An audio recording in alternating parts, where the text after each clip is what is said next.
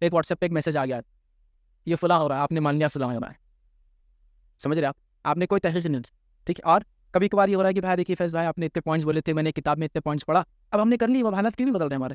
حالات ایسے نہیں بدلتے, یاد رکھیے. میں نے کہا نا تاریخ کو پلٹا کر دیکھیے, بہت ساری چیزیں آپ کو وہاں سے ملیں گی, یاد رکھیے, ٹھیک ہے. تو لہٰذا جلد بازی نہ کرنا اور صبر سے کام لینا. اور آج جلد بازی کا زمانہ ہے, انٹرنیٹ کا دور ہے, آپ کو ایک میسج آ جاتا ہے, اس میں کچھ کہا جا رہا ہے, دوسرا میسج آتا ہے, کچھ کہا جا رہا ہے, تیسرا میسج آ رہا ہے, کچھ کہا جا رہا ہے, ہر چیز کو میں مان رہا ہوں اور بس ابھی ایسا کیوں نہیں ہو رہا, اس سے شاید زندگی تبدیل ہو جائیں گے, یہ کر لوں گا تو یہ ہو جائے گا, فلاں جگہ چلے جاؤ تو یہ ہو جائے گا. ایسا نہیں ہوگا.